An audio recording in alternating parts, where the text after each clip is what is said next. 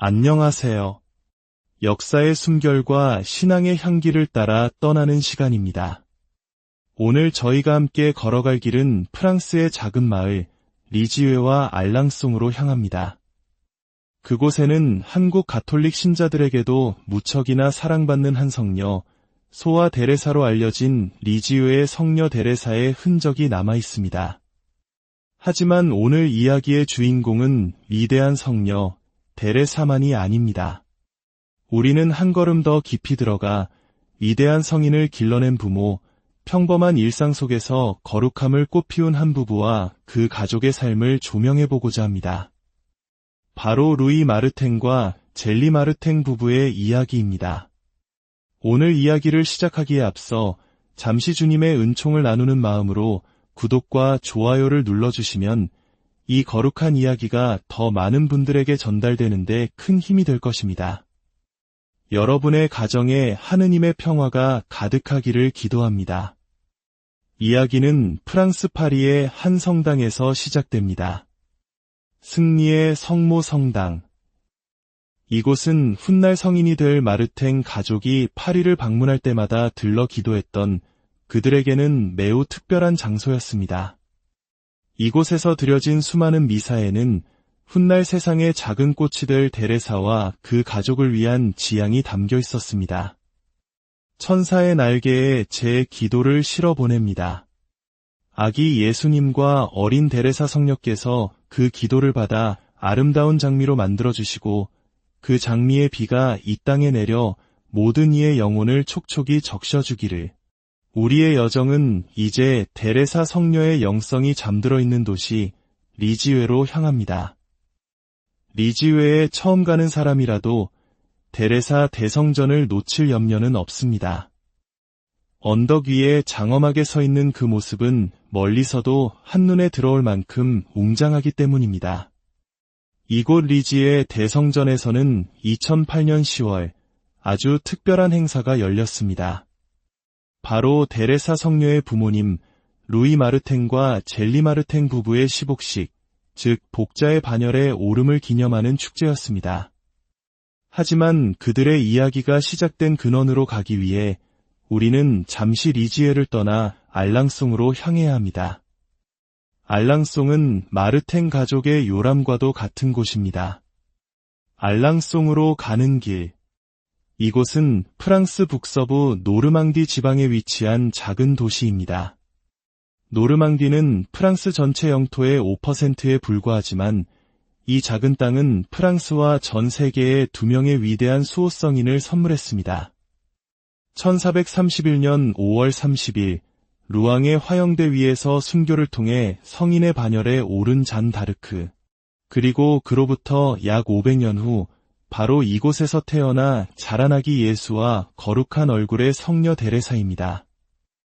파리에서 루앙이나 리지웨까지는 기차로 약 1시간 반이 걸립니다.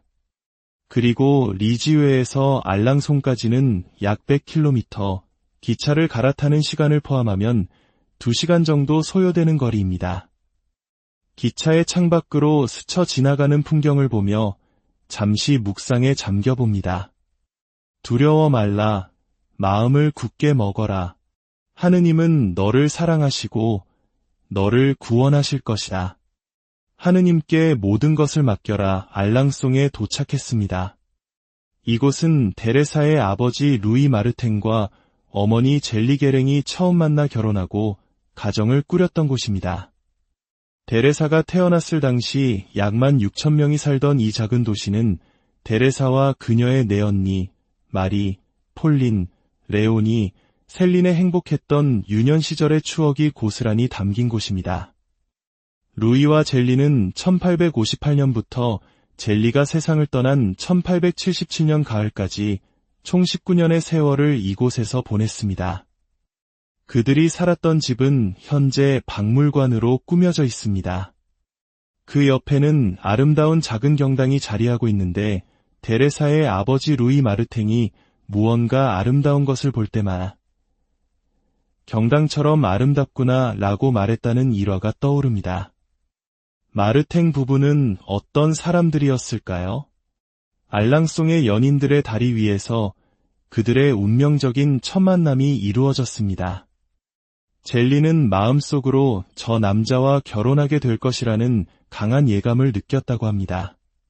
그들은 서로의 깊은 신앙심에 이끌렸고 구약 성경의 토비아와 사라처럼 거룩한 부부가 되기를 꿈꿨습니다.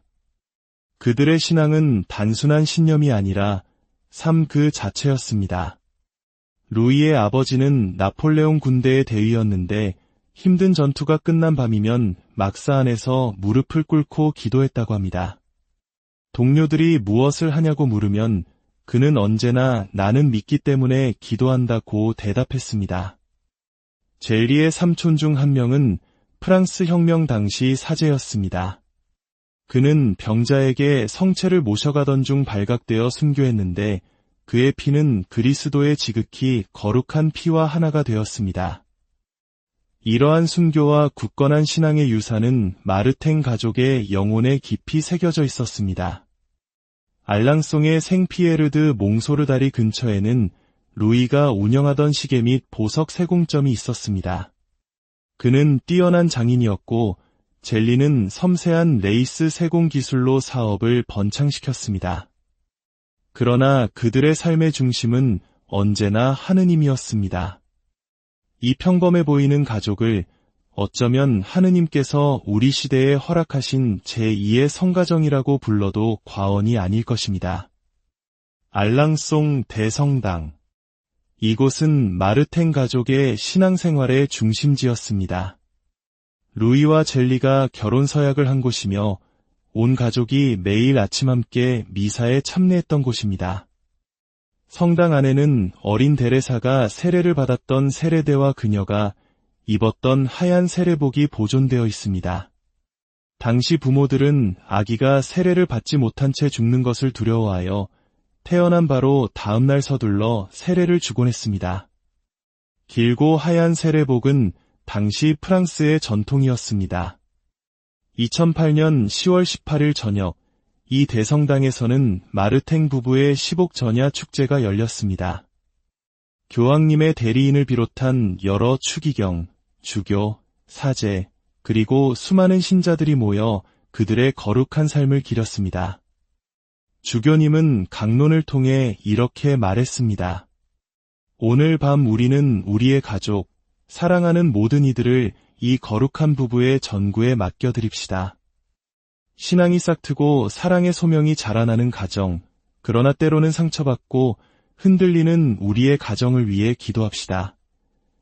마르탱 부부의 삶은 기쁨과 행복으로만 가득 찬 것은 아니었습니다. 오히려 그들의 삶에는 깊은 슬픔과 시련의 그림자가 드리워져 있었습니다. 젤리는 13년 동안 9명의 자녀를 낳았지만 그중 4명을 어린 시절에 먼저 하늘나라로 떠나보내야 했습니다. 조제프 루이, 조제프 장바티스트, 그리고 멜라니 테레즈는 태어난 지 몇 달 만에 세상을 떠났고 5살이었던 엘렌의 죽음은 젤리에게 엄청난 슬픔을 안겨주었습니다. 어린 자녀의 장례를 치르던 날이 공교롭게도 일꾼들에게 임금을 지불하는 날이었을 때 젤리는 자신의 슬픔을 억누르고 일터로 나아가 약속을 지켰다고 합니다. 그녀의 강한 책임감을 엿볼 수 있는 대목입니다. 이러한 시련 속에서도 그들의 신앙은 결코 흔들리지 않았습니다. 기숙학교에 있는 딸들에게 보낸 편지에서 젤리는 이렇게 썼습니다. 사랑하는 딸들아, 너희가 언젠가 오늘 우리가 기념하는 성인들 가운데 함께할 수 있도록 우리의 좋으신 주님을 충실히 섬겨야 한단다.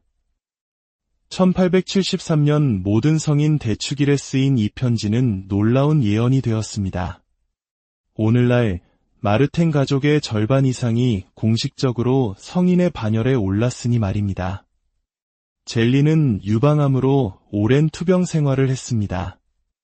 루르드 성지로의 순례도 그녀의 병을 낫게 하지는 못했습니다. 1877년 가을, 젤리는 남편과 5딸을 남겨두고 하느님의 품으로 돌아갔습니다. 그녀의 나이 45이었습니다. 어머니의 관을 처음 본 어린 데레사는 그때를 이렇게 회상했습니다. 그때 저는 모든 것을 이해했습니다. 저의 행복했던 유년 시절은 그렇게 끝이 났습니다. 당시 데레사의 나이는 5살이 채 되지 않았습니다. 사랑하는 아내를 잃은 루이 마르탱의 슬픔은 이루 말할 수 없었을 것입니다. 그는 마치 자신의 절반이 잘려나간 듯한 고통을 느꼈을 것입니다. 우리 한국인들이 겪어온 깊은 슬픔의 정서인 한과도 맞닿아 있는 듯한 이 아픔을 그는 신앙의 힘으로 이겨내야 했습니다. 아내의 죽음 후 루이는 슬픔을 덜기 위해 딸들을 데리고 젤리의 친척들이 사는 리지웨로 이사했습니다. 리지웨의 레 비손의 저택에서 5자매는 아버지의 사랑 속에서 성장했습니다. 하지만 루이의 시련은 여기서 끝나지 않았습니다.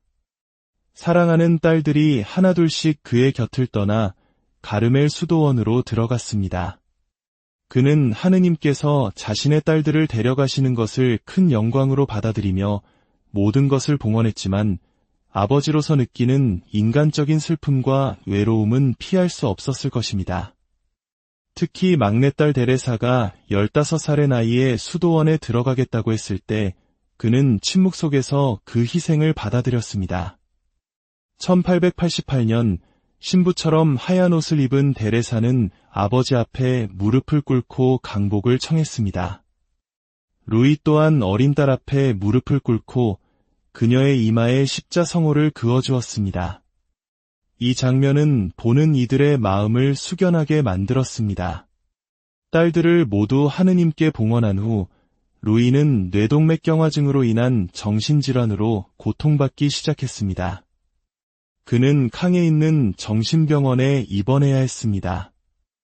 당시 리지의 사람들은 딸들이 아버지를 버리고 수도원에 들어갔기 때문에 그가 병에 걸렸다고 수군거렸습니다. 특히 막내딸 데레사가 가장 큰 비난을 받았습니다. 하지만 이것은 하느님의 더 깊은 섭리였습니다. 루이는 병원에서 특별 병실을 거절하고 다른 환자들과 함께 지내길 원했습니다. 그는 자신의 처지를 겸손하게 받아들이며 이렇게 말했습니다. 평생 나는 모든 것을 내 뜻대로 하려고 했지. 이제 나는 낮아져야 하네. 나의 헛된 영광이 사라지도록 아버지의 얼굴이 고통으로 일그러지고 때로는 천으로 얼굴을 가린다는 소식을 들은 가르멜의 데레사는 예수님의 거룩한 얼굴의 고통을 묵상했습니다. 그리고 자신의 수도명을 아기 예수와 거룩한 얼굴의 데레사로 바꾸었습니다. 그녀는 아버지의 고통을 통해 십자가의 신비를 더욱 깊이 깨달았던 것입니다. 데레사는 24년의 짧은 생을 살았습니다. 그녀는 마지막으로 태어났지만 하늘나라에서는 가장 먼저 다시 태어났습니다. 시간이 흘러 이 거룩한 가족의 성덕이 세상에 알려지기 시작했습니다. 데레사가 먼저 성인 품에 올랐고 사람들은 그녀의 부모님 또한 비범한 신앙의 삶을 살았음을 깨닫게 되었습니다. 교황청은 그들의 시복 및 시성 조사를 시작했습니다. 그리고 시성을 위해서는 하느님의 개입을 증명하는 기적이 필요했습니다. 첫 번째 기적은 이탈리아의 작은 소년 피에트로에게 일어났습니다. 2002년 피에트로는 태어날 때부터 심각한 폐질환으로 숨을 쉴 수 없었습니다. 유료진은 희망이 없다고 말했습니다. 그때 한 가르메르 신부님이 아이의 부모에게 루이와 젤리 마르탱 부부의 사진을 주며 그들의 전구를 청하는 9일 기도를 바쳐보라고 권했습니다. 수많은 유료 장비에 둘러싸여 마치 작은 순교자처럼 누워있는 아기를 위해 가족과 친지들은 간절히 기도했습니다. 그리고 기적이 일어났습니다. 성 베드로와 성 바오로 사도 대축일인 6월 29일 피에트로가 스스로 숨을 쉬기 시작한 것입니다. 의학적으로는 도저히 설명할 수 없는 일이었습니다. 두 번째 기적은 스페인의 소녀 카르멘에게 일어났습니다. 2008년 카르멘은 임신 6개월 만에 조산아로 태어나 뇌와 심장에 심각한 출혈을 안고 있었습니다. 역시 생존 가능성은 희박했습니다. 절망에 빠진 아버지는 가르멜 수녀원을 찾아가 기도를 부탁했습니다. 피에트로의 경우와 마찬가지로 많은 사람들이 마르탱 부부의 전구를 청하며 기도했습니다. 놀랍게도 몇 주 후 카르멘의 출혈이 점차 사라지고 아이는 회복되기 시작했습니다. 이 두 가지 기적은 교황청에 의해 공식적으로 인정되었습니다. 그리고 마침내 2015년 10월 18일 바티칸에서 가정을 주제로 열린 세계주교 시노드 기간 중에 프란치스코 교황님은 루이와 젤리 마르탱 부부를 성인으로 선포했습니다. 역사상 처음으로 부부가 함께 시성되는 영광스러운 순간이었습니다. 이제 리지의 대성전 지하 경당에는 딸 데레사 성녀와 함께 부모님인 루이와 젤리 성인의 유해함이 나란히 안치되어 있습니다. 평범한 일상 속에서 서로를 사랑하고 자녀를 신앙으로 양육하며 기쁨과 슬픔, 고통의 순간들을 하느님께 온전히 봉헌했던 한 부부의 삶이 이제는 전 세계 신자들의 기감이 되어 빛나고 있습니다. 오늘 성인 부부 루이 마르탱과 젤리 마르탱의 삶을 통해 우리 각자의 가정을 돌아봅니다. 우리의 가정이 비록 완벽하지 않고 때로는 시련에 부딪힐지라도 그들처럼 서로를 향한 사랑과 하느님을 향한 믿음을 잃지 않는다면 우리 역시 거룩함으로 나아가는 작은 길을 걸을 수 있을 것입니다. 거룩한 마르탱 가족이시여, 이 세상의 모든 가정을 위하여 빌어주소서. 아멘. 여러분의 삶의 여정 위에 주님의 축복이 늘 함께 하시기를 기원하며 오늘 이야기를 마칩니다.